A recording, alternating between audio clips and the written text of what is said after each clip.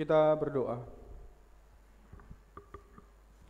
Inilah saatnya bagi kami untuk mendasarkan kehidupan kami dengan kebenaran firman-Mu, agar segala sesuatu yang menjadi kepenatan dalam kehidupan kami, dalam keseharian kami, Engkaulah yang memberikan kami ketenangan, Engkaulah yang memberikan damai sejahtera kepada kami, dan pada akhirnya kami percaya bahwa Engkau pula yang akan menunjukkan jalan berkat-Mu bagi setiap kami ketika kami senantiasa berpaut dengan kebenaran firman-Mu.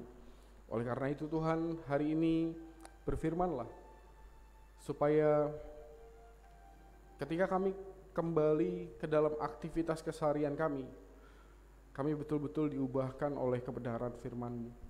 Pimpin hamba-Mu, pimpin kami sekalian di dalam Kristus Yesus, firman yang telah menjadi manusia. Kami datang dan berdoa. Amin. 1 Raja-Raja 19 ayat 1 sampai dengan ayat 8. Di bawah judul perikop, Elia ke Gunung Horeb.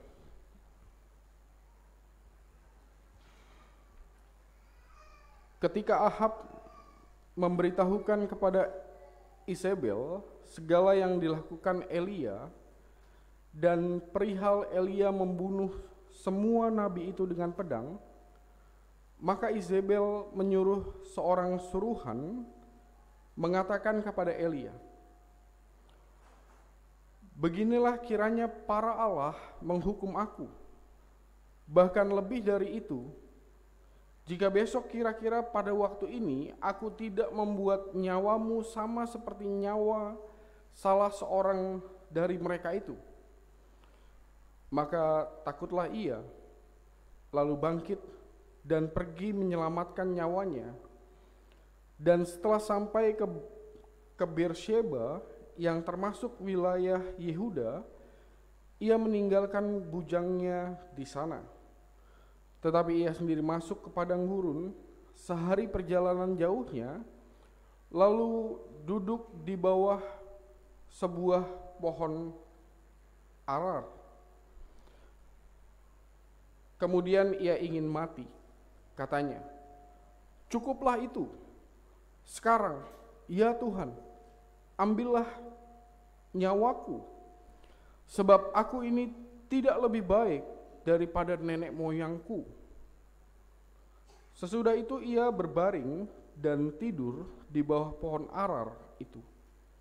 Tetapi tiba-tiba seorang malaikat menyentuh dia serta berkata kepadanya, "Bangunlah, makanlah." Ketika ia melihat sekitarnya, maka pada sebelah kepalanya ada roti bakar dan sebuah kendi berisi air. Lalu ia makan dan minum, kemudian berbaring pula. Tetapi malaikat Tuhan datang untuk kedua kalinya dan menyentuh dia serta berkata, "Bangunlah, makanlah. Sebab kalau tidak, perjalananmu nanti terlalu jauh bagimu." Maka bangunlah ia, lalu makan dan minum, dan oleh kekuatan makanan itu ia berjalan 40 hari 40 malam lamanya sampai ke gunung Allah, yakni Gunung Horeb. Sampai sedemikian jauh pembacaan Alkitab kita hari ini. Yang berbahagia adalah kita sekalian yang bukan hanya sekedar membaca merenungkan, tapi mau melakukan apa yang menjadi kehendak Tuhan dalam keseharian kehidupan kita. Haleluya.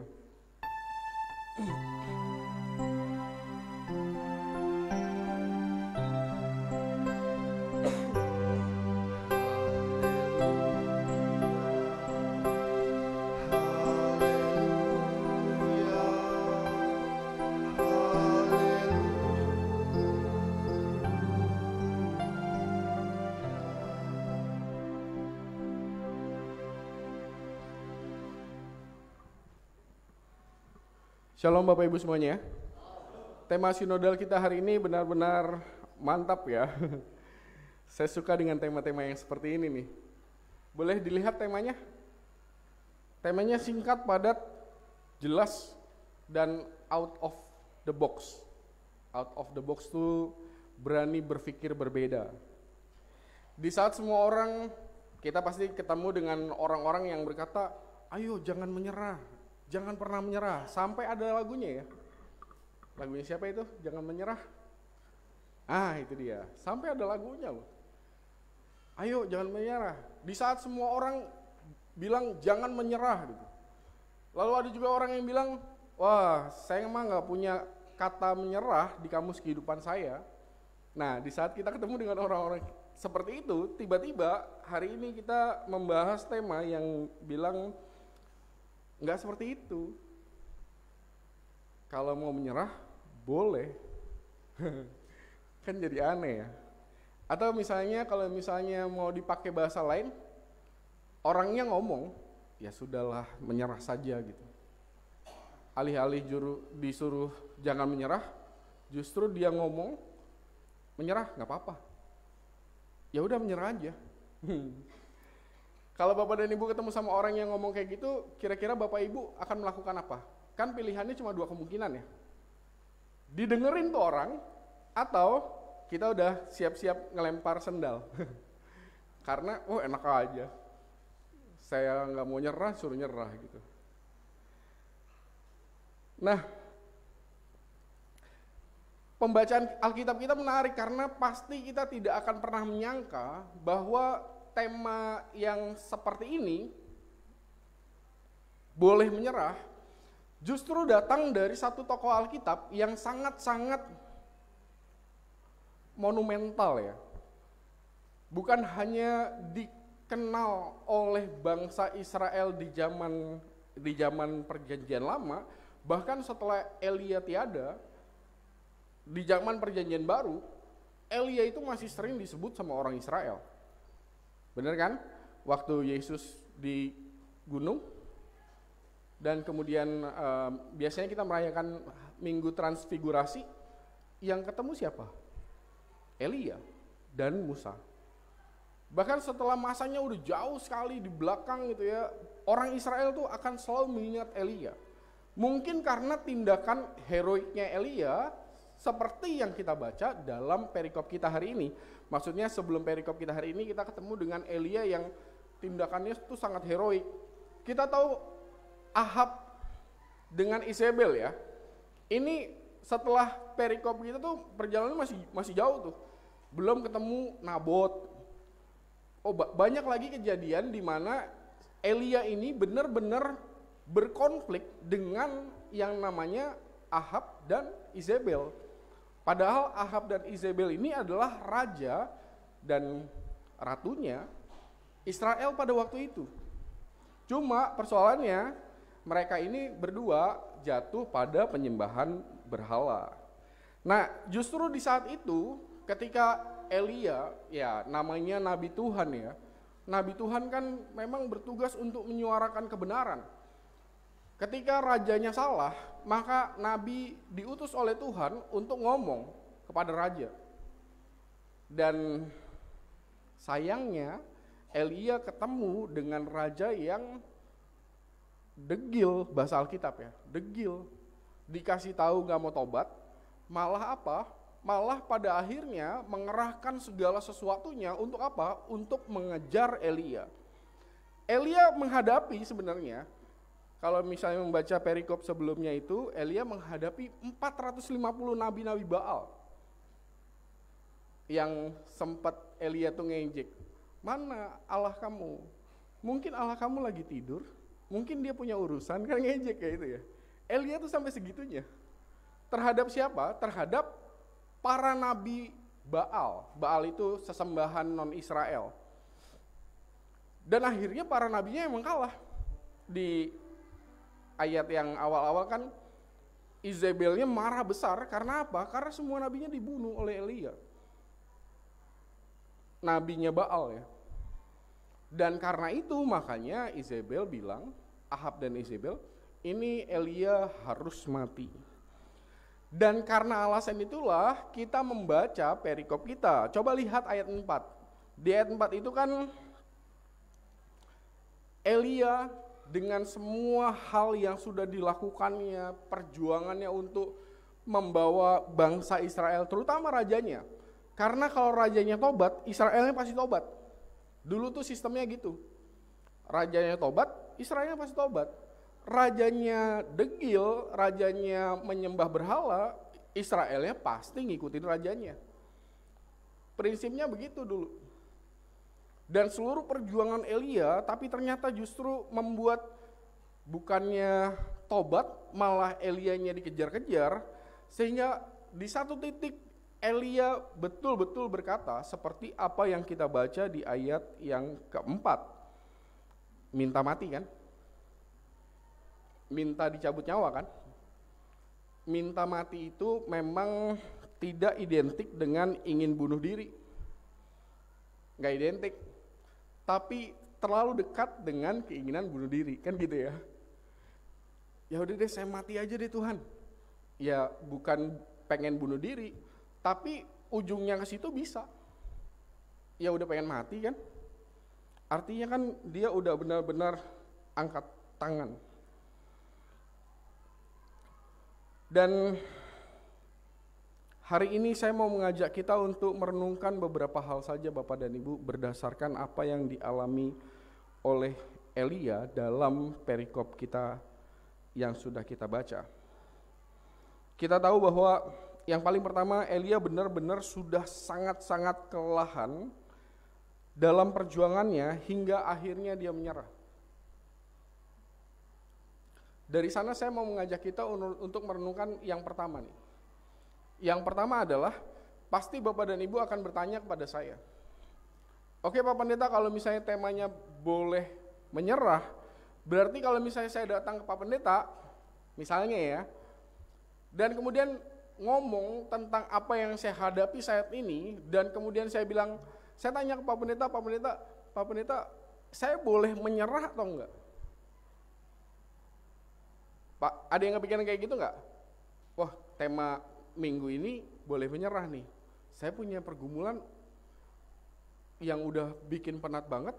Saya nanya ke Pak Pendeta, pasti Pak Pendetanya jawabnya apa? Pasti kepikirannya jawabnya boleh menyerah kan? Iya. Iya, jawabannya benar. Boleh menyerah, tapi ada yang harus Bapak Ibu lakukan terlebih dahulu.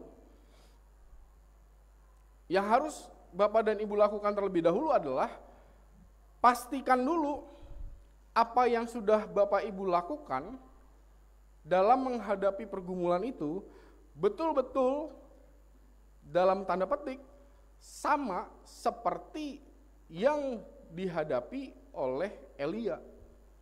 Maksud saya begini, Elia itu kan menghadapi pergumulannya, menghadapi tugas panggilannya itu dengan sepenuhnya, dengan totalitas gitu. Enggak setengah-setengah. Sampai capek sekalian. Sampai benar-benar penat, sampai penat benar-benar. Jangan cuma sekali nyoba, 2 kali nyoba, nyerah. Yang saya takut tuh begitu. Orang akan berpikir bahwa, oh berarti boleh nyerah dong. Ya benar, boleh. Tetapi sudah mengambil bagian yang harus kita lakukan belum? Sudah memastikan bahwa Bapak dan Ibu sudah memperjuangkannya dengan sekuat tenaga belum? Sudah memastikan bahwa kita udah benar-benar melakukan segala sesuatu yang terbaik belum? Kalau di saat itu Bapak dan Ibu sudah bisa memastikan bahwa Tuhan, saya udah melakukan segala sesuatunya yang terbaik dan udah gak ada lagi yang bisa saya lakukan, maka di saat itu saya bisa bilang kita boleh nyerah. Yang gak boleh adalah sewaktu Bapak dan Ibu belum melakukan apa-apa, belum melakukan yang terbaik, belum sampai secapek itu, dan kemudian Bapak dan Ibu berpikir untuk menyerah. Jadi jangan jadikan alasan apa yang dilakukan Elia karena Kebanyakan orang tidak pernah berpadanan dengan Elia. Elia itu ngomong nyerah saat dia udah ngeluarin segala sesuatunya dan masih mentok. Dan akhirnya Elia nyerah. Di ayat 4 ya, belum lanjut kan?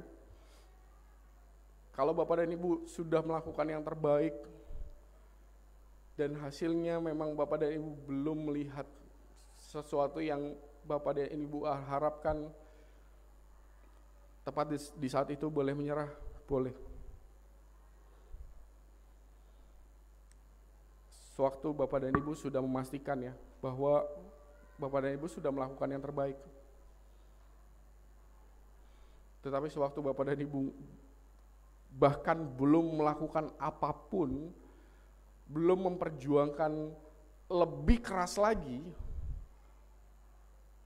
jangan pernah berpikir bahwa kita layak untuk mengucapkan apa yang diucapkan oleh Elia. Jadi itu dia jawabannya. Kalau ditanya, boleh menyerah? Boleh. Tapi pastikan dulu nih, Bapak dan Ibu udah berjuang sekuat tenaga. Sehingga apa? Sehingga kita tahu bahwa Tuhan, saya sudah berjuang sekuat tenaga, namun selalu ketemu dengan hal-hal yang pada akhirnya saya tahu mentok di sana, mentok di sini, dan ini udah, ingat Thomas Alva Edison nggak? Berapa kali dia harus percobaan? 1000 kali ya. Nah ini kan jadi aneh kalau misalnya baru sekali, 2 kali, 3 kali, 4 kali, 5 kali, lalu kemudian berharap tema kita itu berlaku. Boleh menyerah. Perjuangannya belum sekeras itu. Perbedaannya apa? Saya sampai kepikiran begini Bapak dan Ibu. Itu kalau Edison, Thomas Alva Edison maksud saya ya, itu kalau misalnya dia di percobaan ke-900-an, dia menyerah nih, kan boleh ya nyerah ya. Dia menyerah, ya nggak apa-apa dia menyerah, tapi dia akan ketemu dengan sesuatu yang pada akhirnya akan mempunyai fungsi yang sama dengan lampu. Dapat yang saya maksud? Dia menyerah di saat itu, tapi tepat pada waktunya dia akan ketemu dengan sesuatu yang fungsinya sama seperti yang dia temukan, seharusnya dia temukan. Nah di saat itu seseorang boleh menyerah? Boleh. Tapi yang membedakan adalah apakah Bapak dan Ibu, apakah kita sudah memperjuangkan sekuat tenaga? Karena biasanya belum. Yang dibilang penat itu belum sepenat itu sehingga membuat kita benar-benar ingin mati. Misalnya ya, kalau misalnya bahasanya Elia, kita bergumul lah. Tapi kepikiran untuk ingin mati, mungkin ada, tapi nggak semua orang kan kepikiran untuk itu. Dan kadang-kadang kita malah ketawa, masa diputusin, gara-gara diputusin jadi pengen mati, kan lucu gitu. Hanya gara-gara itu, lalu kemudian ingin mati. Pastikan dulu bahwa kita sudah berjuang sekuat itu. Dan setelah yang pertama ini, maka yang kedua menjadi penting karena pada akhirnya ini yang seringkali tidak dilakukan seseorang yang pada akhirnya menganggap bahwa menyerah adalah pilihan terbaik. Dan ini betul-betul membedakan antara saya kalau saya menyerah dengan Elia yang ngomong, saya menyerah Tuhan. Dan perbedaannya di mana? Ya di sini. Coba lihat ayat paling terakhir ya. Apa yang dilakukan oleh Elia? Elia sudah menyebut bahwa Tuhan, saya mau mati aja. Tapi menyerah bagi Elia tidak sama dengan ya, menjauh dari Tuhan.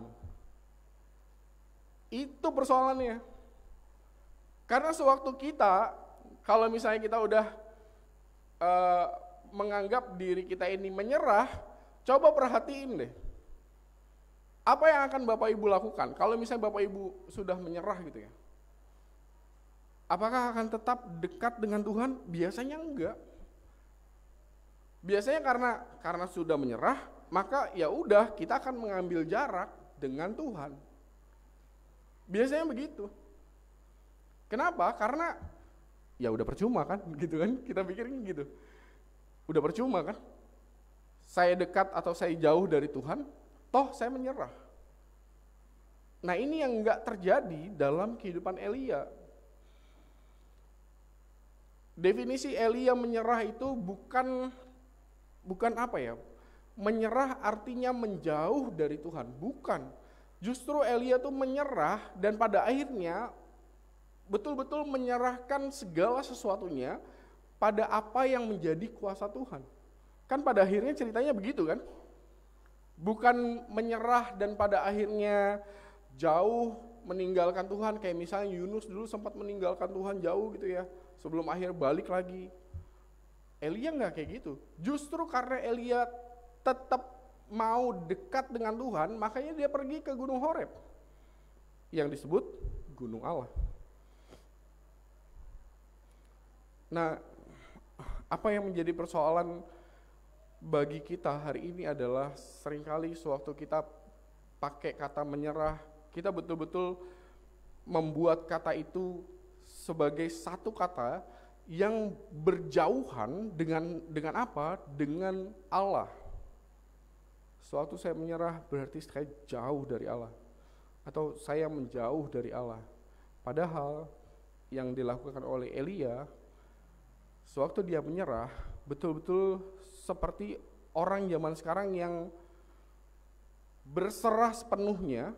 Pada akhirnya ya, walaupun pada awalnya Elia memang ngomong cabut saja nyawaku, sebagai ungkapan bahwa dia udah melakukan segala sesuatunya tapi masih mentok, masih nggak ada perubahan, dan akhirnya dia nggak tahu lagi apa yang harus dilakukan, dan kemudian dia ngomong sama Tuhan, dia datang pada Tuhan, dan tepat di saat itu, kan kita sering pakai ya istilahnya ya, sewaktu saya angkat tangan, Tuhan turun tangan, kan gitu ya. Dan itu yang terjadi dalam kehidupan Elia. Mungkin sewaktu kita berhadapan dengan pergumulan-pergumulan juga kita perlu berperilaku seperti itu. Mungkin kita perlu angkat tangan dulu supaya pada akhirnya Tuhan bisa turun tangan. Pernah dengar cerita, ini buat menutup renungan kita hari ini. Ini cerita populer, saya hanya mengulangi aja karena pas dengan arah pemaknaan kita. Jadi suatu hari ada orang yang datang ke taman wisata danau, lalu kemudian mereka datang dengan teman-temannya, satu orang ini, dan kemudian naiklah mereka ke perahu. Di tengah danau ada satu temannya tiba-tiba kesenggol, jatuhlah ke danau. Wah, orang jatuh ke danau, dia nggak bisa berenang nih temennya. Pernah ngerasain jatuh ke air terus bapak dan ibu nggak bisa berenang, berontak kan ya, orang kayak gitu kan berontak dan minta tolong. Oh, semua temannya di perahu panik. Dan kemudian temennya tahu bahwa ada satu yang dia tuh kerjanya guru olahraga, pasti bisa dong berenang, guru olahraga kan ya. Dia bisa berenang nih. Ayo dong, itu temennya ditolongin, temen kita ditolongin, kalau enggak nanti tenggelam. Tapi temennya ini diem aja, nggak langsung nyebur, nggak langsung nyelamatin. Dia diem aja, semua orang udah teriak-teriak. Ditungguin dulu 5 menit nggak nyebur, 10 menit nggak nyebur, sampai pada akhirnya 15 menit baru dia nyebur. Diselamatin lah temennya ini. Semua orang udah marah nih, kenapa kamu nggak langsung aja tolongin ini teman kamu, teman kita nih kenapa nggak langsung ditolongin katanya, kenapa kamu nungguin dulu. Terus temennya yang nyelamatin itu coba bilang, kalau saya langsung nyebur lalu tiba-tiba karena dia berontak, saya ketonjok, saya pingsan, yang nolongin kita berdua siapa? Orang gak ada lagi yang bisa berenang. Ya emang sengaja aja saya tungguin supaya dia tuh habis dulu tenaganya, supaya nyerah dulu, berserah sepenuhnya dulu, percaya dulu bahwa dia tuh mau diselamatin, sehingga sewaktu dia sudah nyerah, dia nggak berontak, dia nggak